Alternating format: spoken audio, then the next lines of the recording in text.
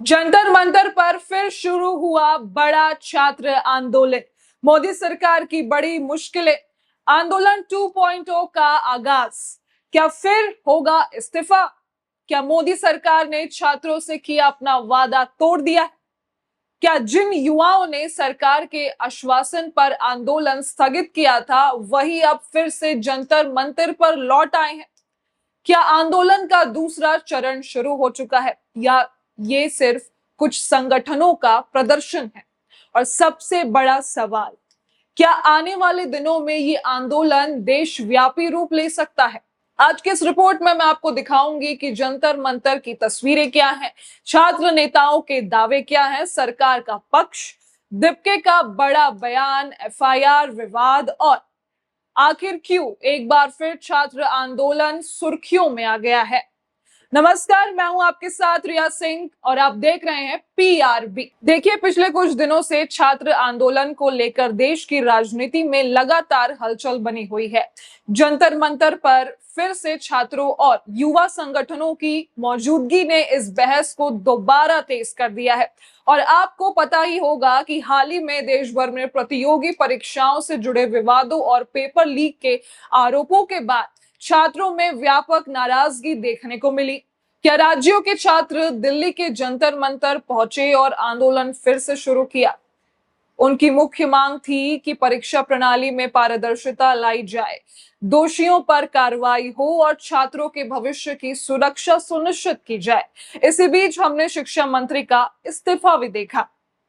एक बार अभिजीत दिपके का ये वीडियो देखिए। हेलो एवरीवन, मैं देख रहा हूँ कई सारे स्टेट्स में पुलिस जो है वो स्टूडेंट्स को हैरेस कर रही है, परेशान कर रही है। गवर्नमेंट स्टूडेंट्स को डराना धमकाना बंद कर दे। अगर वो इसी तरह पुलिस के द्वारा स्टूडेंट्स को डराएगी, धमकाएगी, डिटेन की धमकियां देगी, अरेस्ट की धमकियां देगी, तो कॉकरोच जनता पार्टी फिर से बहुत बड़ा प्रोटेस्ट करेगी। We will protest again if you keep harassing the students.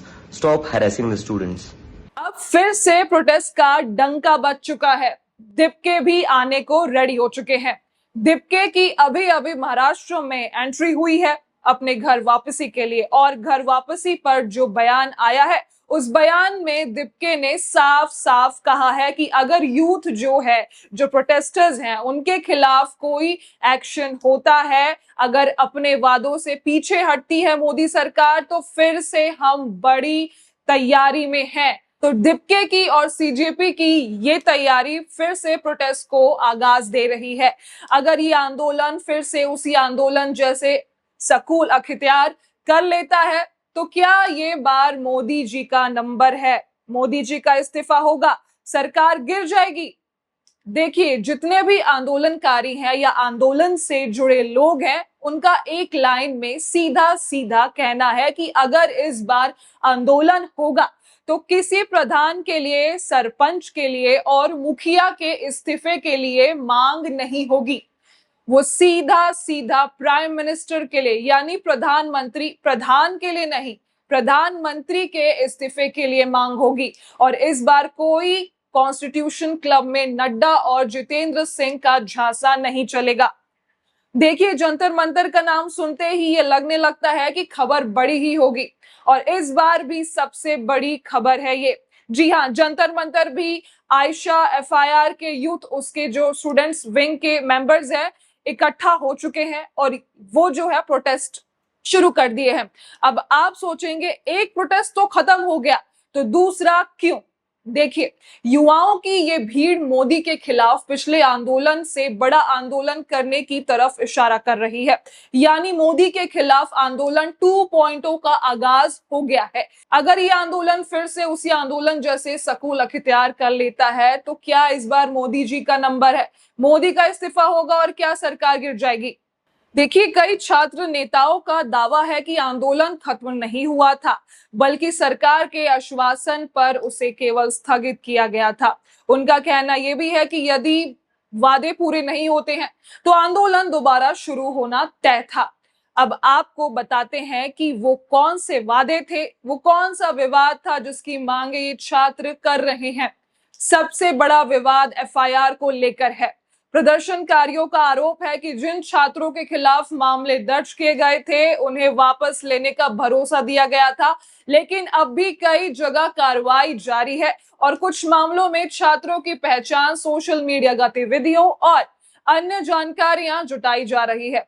इसी मुद्दे पर कई छात्र नेताओं ने प्रेस कॉन्फ्रेंस और सोशल मीडिया के जरिए सरकार पर वादा तोड़ने का आरोप भी लगाया है। इसी दौरान कुछ ऐसे वीडियो भी सामने आए जिसमें कुछ छात्र और सामाजिक कार्यकर्ता ये कहते दिखाई दिए हैं कि उन्हें ऑनलाइन धमकियां मिली और उन्हें साइबर शिकायत दर्ज कराई है। आपको ये वीडियो दिखाती हूं जहां सत्यम पंडित ने छात्र आंदोलन का समर्थन करने जा रहे दो छात्रों के साथ कितनी बदतमीजी से बात किया और ये भी पूछा तुम हिंदू हो या मुसलमान, तो फिर क्यों जा रहे हो प्रोटेस्ट में। देखिए ये वीडियो। सपोर्ट मुझे कर रहे हो?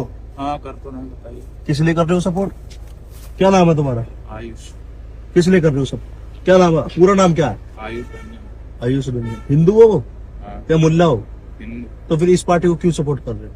तो यहाँ के बता रहे हो स्टूडेंट हो तो अगर आज के बाद दिख गए ना कोई सा भी, अगर आज के बाद दिख गया ना मेरे को, यार हाथ हटा, हाथ हटा, हाथ हटा, उसमें थोड़ी है।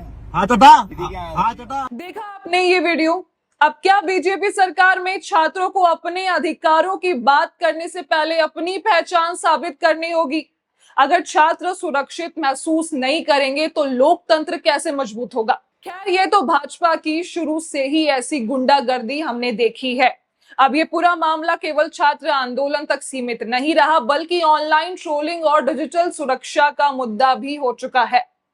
दूसरी ओर दिल्ली पुलिस की ओर से सोशल मीडिया प्लेटफॉर्म्स को भेजे गए कुछ नोटिसों की खबरें भी सामने आई हैं। रिपोर्ट्स के मुताबिक कुछ पोस्ट और वीडियो को लेकर जानकारी मांगी गई है। पुलिस का कहना है कि ये जांच का हिस्सा है, जबकि आलोचकों का आरोप है कि इससे अभिव्यक्ति की स्वतंत्रता पर दबाव पड़ सकता है। इसी बीच छात्र नेताओं ने सुप्रीम कोर्ट में हुई कार्यवाही और अंतरिम आदेश का भी हवाला दिया। उनका कहना है कि अदालत के आदेश की अलग अलग व्याख्या की जा रही है।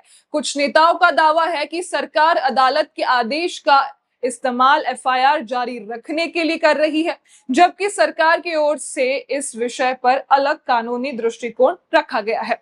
अब सबसे बड़ा सवाल यह है कि आगे क्या होगा।